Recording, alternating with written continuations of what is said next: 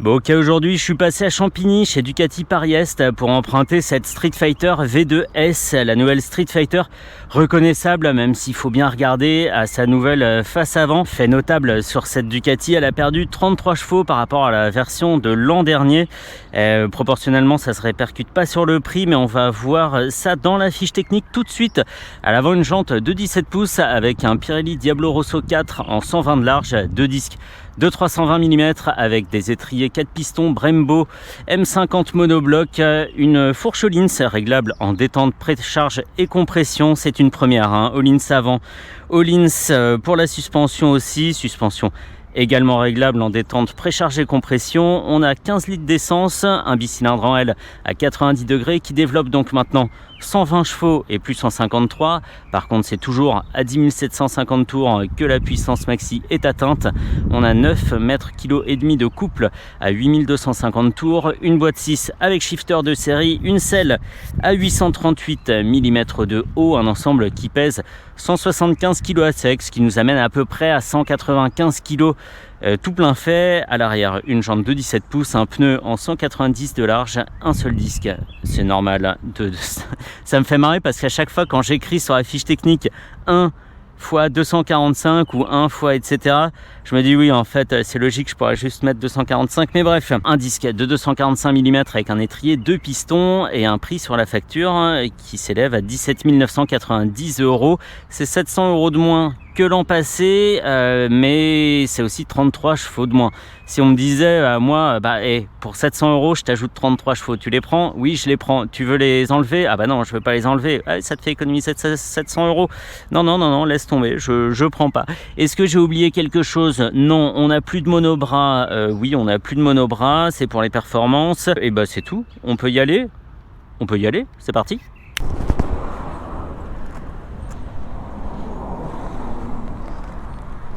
Allez, c'est parti pour cette Street Fighter V2S avec son avant comme ça un peu fuyant, que j'aime moins que la précédente. Et vraiment de profil, ça fait ça. Je sais pas si c'est bien cadré, mais bon, allez, c'est vite oublié quand on la regarde de face. Ça va, prenons place. Waouh, qu'est-ce qu'on est haut. Waouh, je peux pas être des deux pieds par terre, hein. Allez, on commence en mode road. Le premier détail que je remarque sur le TFT de 5 pouces, c'est qu'il y a une jauge à essence, donc ça c'est bien. On prend. Il y a quoi d'autre? Un indicateur de rapport engagé, la vitesse évidemment, compte-tours tout rond avec une zone rouge à 10 000 jusqu'à 12 000.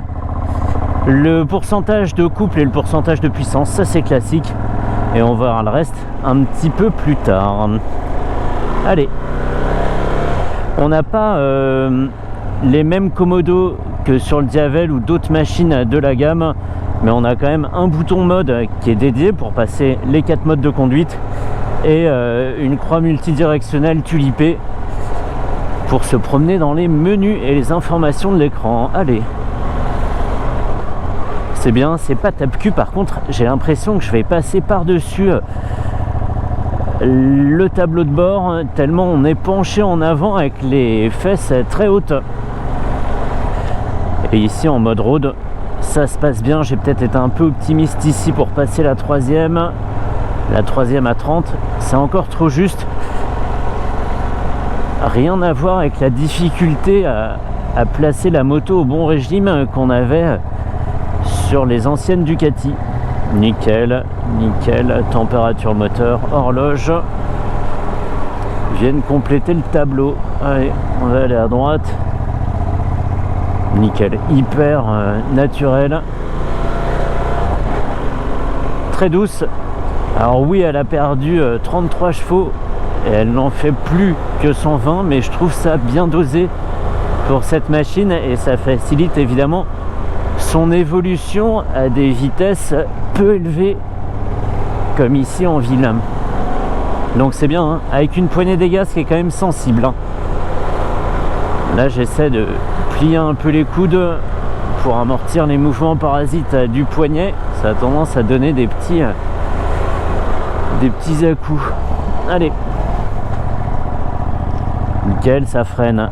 Oui, évidemment.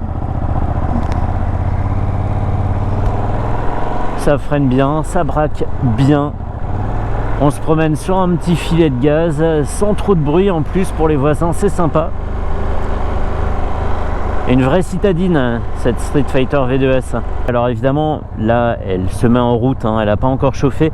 Je verrai un petit peu plus tard si la chauffe est gênante. Mais là, étant donné qu'il n'y a pas de carénage, les calories peuvent partir dans toutes les directions. J'espère que ça ne sera pas dans la mienne de direction. Pas grand chose à dire, hein. J'aurais aimé dire non, elle est rugueuse, c'est compliqué en ville, voilà, machin, on est cassé sur l'avant. Bah pas du tout, voilà, bon bah c'est très bien, hein. Oh, ce petit claquement, ça augure de choses très très bien sur les insertions et autres passages un peu sportifs. Ça va être sympa. Alors j'ai peur que ça soit une redite par rapport à la vidéo de la Panigale V2, mais là on est sur un roadster, on va surtout voir si le fait de pas être le nez dans la bulle, ça incite au crime ou pas du tout. Oui, crime, le mot est lâché. Sympa, hein. C'est quali à bord, hein, pas de problème. En même temps, 18 000 € le morceau, ils peuvent effectivement faire un effort, hein, mais il y a du beau matos partout. La Fourchelines en star de la soirée avec sa belle couleur dorée, ses petites finitions à trou-trou là. Joli, on s'ennuie pas à bord. Alors cet essai ne comportera que très peu de virages, c'est pas ce que j'ai envie de voir. Hélas pour certains, ce seront les seuls virages de l'essai. Ah, faut imaginer une route de campagne, hein, un peu d'effort là. Hop, hop, hop. C'est effectivement ferme à l'arrière, hein. J'en avais eu un petit aperçu. En même temps, comme la suspension Öhlins est réglable en détente précharge et compression, on peut faire un peu ce qu'on veut. On va pas lui en tenir rigueur, la machine étant en réglage d'usine. Elle chauffe un peu, hein. Là on est à 84 degrés, tout à l'heure on était à 91 degrés. Mais c'est pas gênant effectivement. La dissipation thermique est assez bonne, la moto étant toute dépouillée. Ça, si tu permets, ouais, merci. J'espère qu'on entend bien le bruit, aussi bien que moi dans le casque. C'est un bruit tellement sec, un bruit très très plaisant et qui donne envie d'en faire plus et de pas forcément passer tous les rapports, rester haut dans le régime pour la faire un peu hurler. Hyper agréable. Hop, on va faire ça.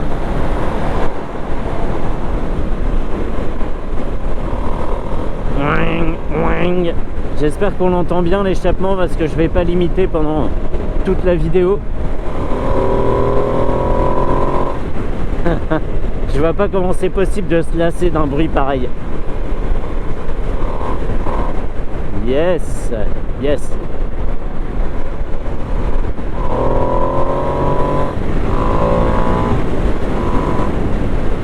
Shifter nickel, montée, descente, en charge ou pas, ça fonctionne très très bien. Dans une souplesse de dingue. C'est aussi transparent à la descente qu'à la montée, ce qui n'est pas toujours le cas, et certains shifters accrochent un peu plus à la descente. Ici c'est complètement imperceptible.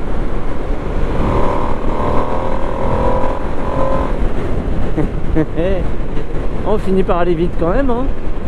La machine est pas débordée, hein. Là elle commence à peine l'échauffement. Pendant la coupure, je suis passé du mode road au mode sport. On va voir ce que ça donne. Je suis même sûr que c'était pas utile de changer de mode, mais bon, il est là, on va l'utiliser.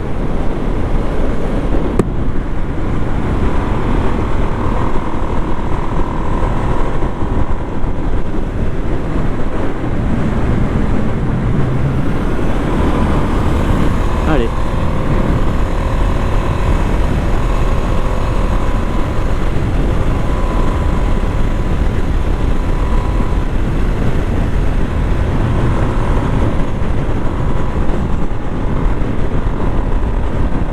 Yes. un bon rail, pas un bon rail pour moi, hein. La moto est sur un vrai rail, mais par contre elle reste pas figée sur son cap, elle reste quand même très nerveuse, même en courbe il faut continuer à la guider parce qu'on peut comme ça resserrer, élargir en un clin d'œil, et il faut pas se laisser distraire pour pas quitter la bonne trajectoire que je n'ai évidemment pas eue. Voilà. Oh, la police encore là-haut, c'est ouf, c'est au moins je sais pas la cinquième fois que je les vois aujourd'hui. Il va falloir faire attention. On va être tranquille, hein. En cinquième à 70 à 3200 tours, la machine s'est absolument pas fait remarquer, elle a pas cogné, elle a pas demandé à tomber un rapport parce qu'elle était pas à l'aise. Pour l'instant c'est vraiment nickel, moteur facile mais qu'il faut quand même surveiller, faut pas se dire oui bon ça va, 153 chevaux c'était bien, 120 chevaux on s'ennuie, non. Allez,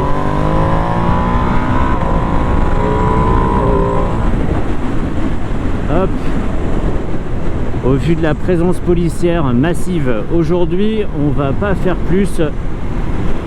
C'est très très bien, le son est ultra plaisant, plus ça va, plus ça gueule. Je pensais qu'on était déjà au maximum, pas du tout. Ça remplit bien la tête, mais c'est une bonne mélodie, alors ça va, on garde. En fait, comme on peut rouler très cool avec la machine, ce que je fais depuis le début, et ben c'est pas qu'il se passe pas grand chose sur la moto, mais on pourrait très bien être sur une moto complètement différente, beaucoup moins puissante encore. C'est franchement très tranquille quand on veut pas qu'il y ait du sport, elle sait se tenir. Voilà, c'est comme si on avait mis un costard mais avec des baskets quand même, hein. On a le côté civilisé la plupart du temps quand on le veut, on est tranquille sur une petite ouverture de gaz, mais par contre le sport est pas loin et la paire de baskets peut être utilisée à tout moment.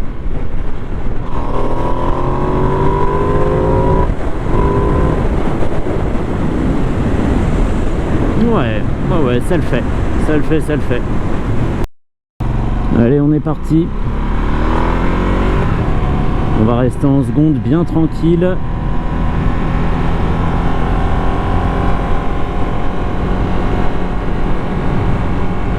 « 5500 tours. »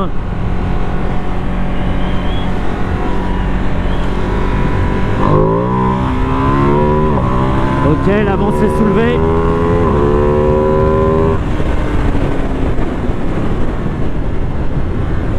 Ok. Bon bah très bien, hein. Sur une rotation pas si violente, une montée en charge progressive, mais qui était déjà suffisante pour faire quitter la route au pneu avant. Très bien. Bon.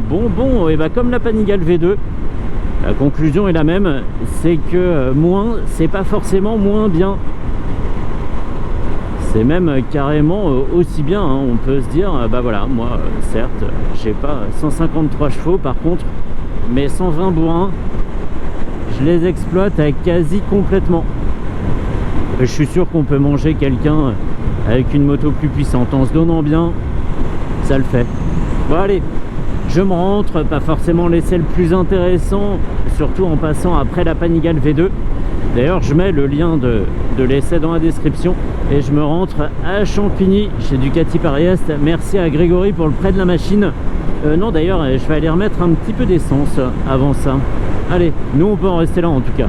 Jeudi prochain 8h30, je serai là avec une machine différente, comme d'habitude depuis depuis bientôt 8 ans. Me revoilà 2 secondes, là je suis pas très loin de la pompe à essence. La moto a bien roulé, on est à un peu plus de 100 degrés de température moteur et la chauffe est présente, ça c'est vrai, mais bon, comme ça part dans tous les sens, c'est pas pire que sur autre chose. Un gros 4 cylindres en plein été, franchement tout à fait acceptable. C'est bon, petite interlude terminée.